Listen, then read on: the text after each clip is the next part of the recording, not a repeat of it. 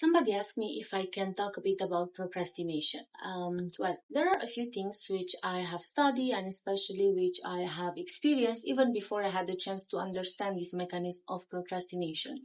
First of all, what you have to know is that procrastinators are not lazy people. On the contrary, some of them are highly performant people. Then maybe you're wondering what makes a person like this to delay and postpone the task. Predominant is the fear of failure, the lack of motivation, perfectionism, poor time management, or feeling overwhelmed. Now, the reason for which I used to procrastinate was because I'm a person for which the pressure of a deadline was more stimulating than stressful. I mean, I was having that stress which was big enough to give me the push I need, and the dopamine which was making me to give my best in a short period of time. Now, I am also a perfectionist person, so regardless of how great my performance was, I always thought that I could do it better. So soon enough, I started to postpone tasks just because I was never ready enough to be outstanding. But this was me.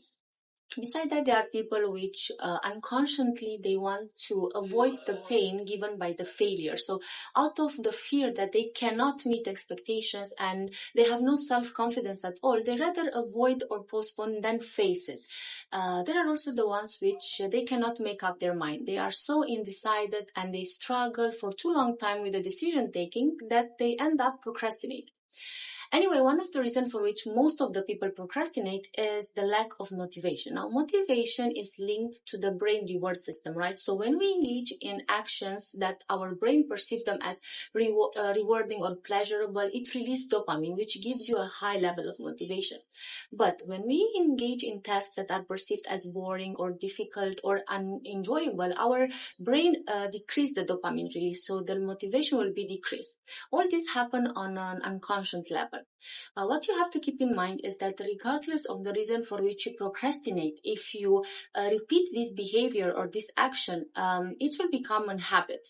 So before you realize, you'll end up becoming a habitual procrastinator, and this can be harmful for you. Anyway, I have posted below a few steps to help you to overcome procrastination.